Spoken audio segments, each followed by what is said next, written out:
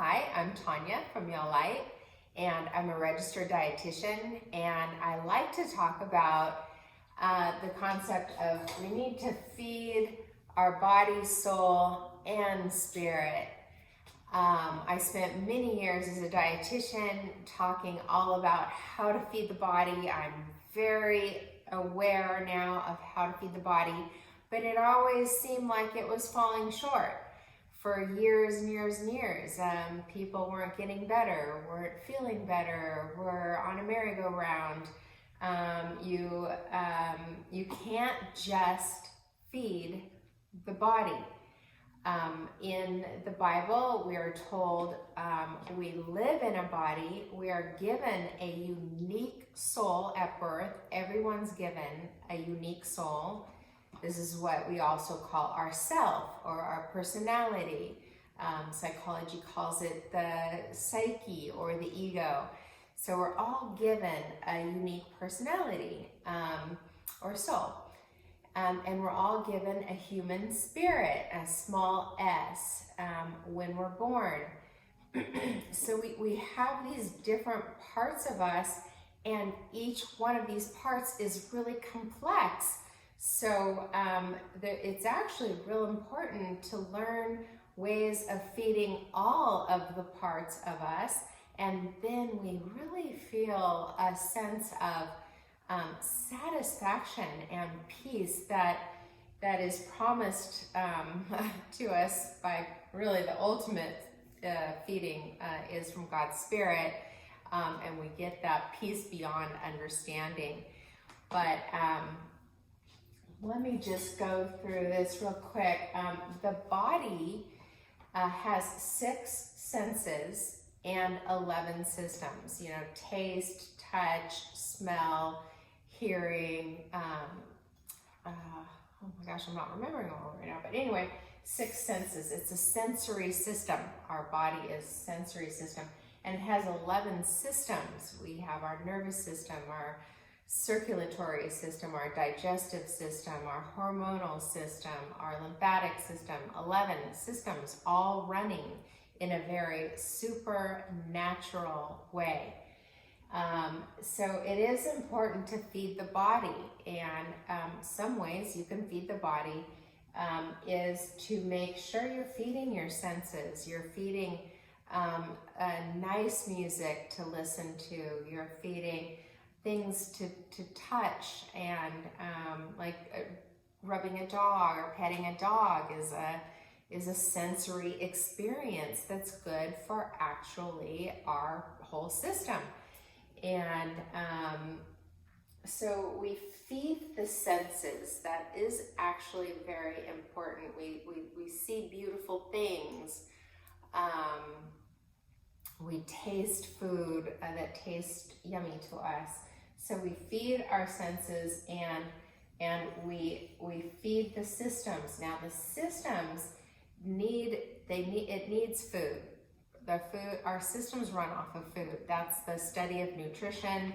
Is if we didn't have the proper nutrition, our systems start to not work so good.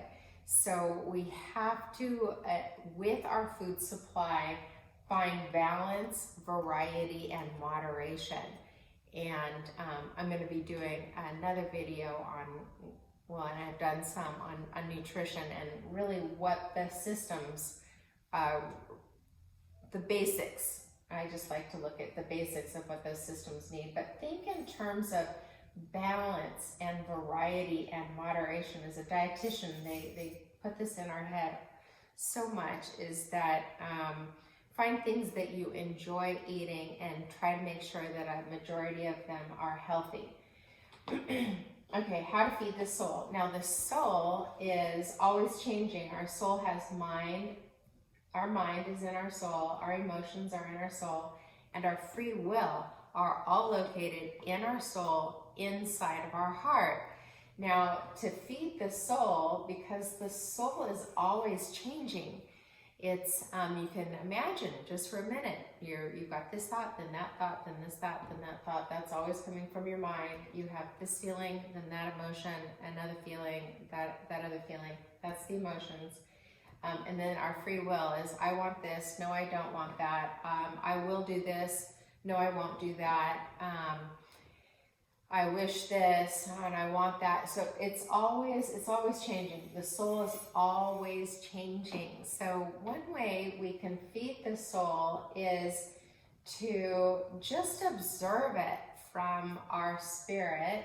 We just observe the soul. The soul loves to be seen and yearns for, as a deer pants for water, the soul pants after God's spirit and our own spirit. Our soul really loves to be seen by us. So we sit and we spend some time with ourselves and understanding what our soul is actually trying to tell us. But the soul is also fed by our human spirit. Our human spirit is stable. It's in the very inside of us. It's the very core of our being.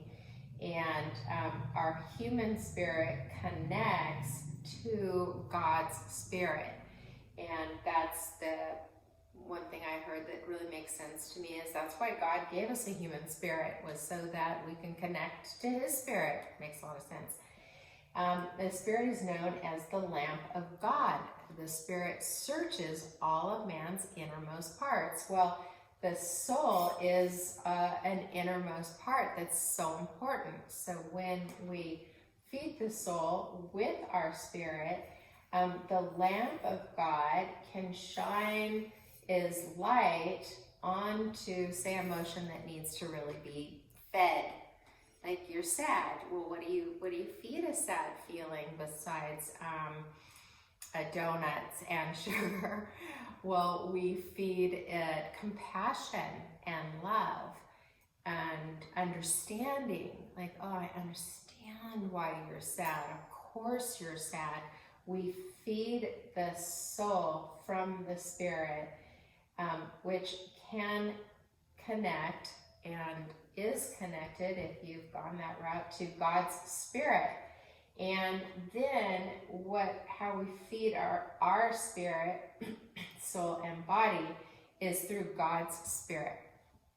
This connection right here, then we get things like love and patience, joy, kindness, goodness. We get power. We get power from God's spirit. And all of this really feeds our entire systems here, all of our who we are as a human being. It feeds our soul, feeds our body, and feeds our spirit. God's spirit actually really provides nourishment for the parts of our body. And one of the best things that we can do to receive that nourishment, besides having faith that we're going to get the nourishment from God, is to surrender. Just say, okay, God, I believe that you can feed me. I know that you're going to heal me.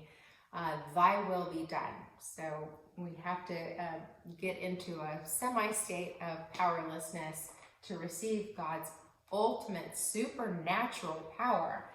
And that's really what we want to do ultimately, is feed ourselves through God's spirit.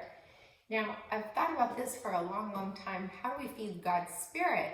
Well, God's spirit is looking for time with us, and our faithfulness. And that's how we demonstrate our faithfulness, is spending time with God. Like, okay, I get up every morning and I spend a certain amount of dedicated time to God. And I know, I feel afterwards, God's spirit is filled up in me. I have his power. I have his joy. I have his strength. I have filled myself up. Like, I have fed him through my trust and my faithfulness, and then he feeds me.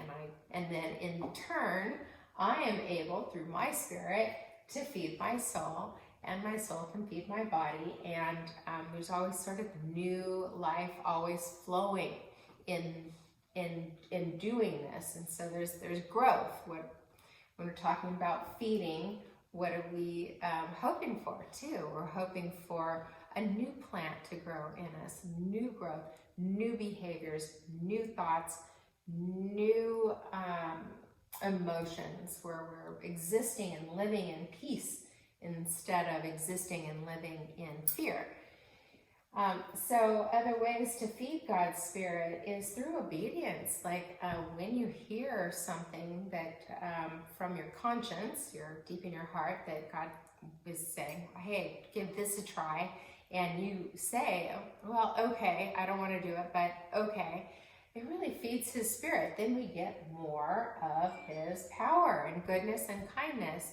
And it's really amazing the wisdom that comes from our conscience, where God dwells, because I have learned that even though I might not want to do something, but I'm being told from there to do it, it always works out to be the best thing.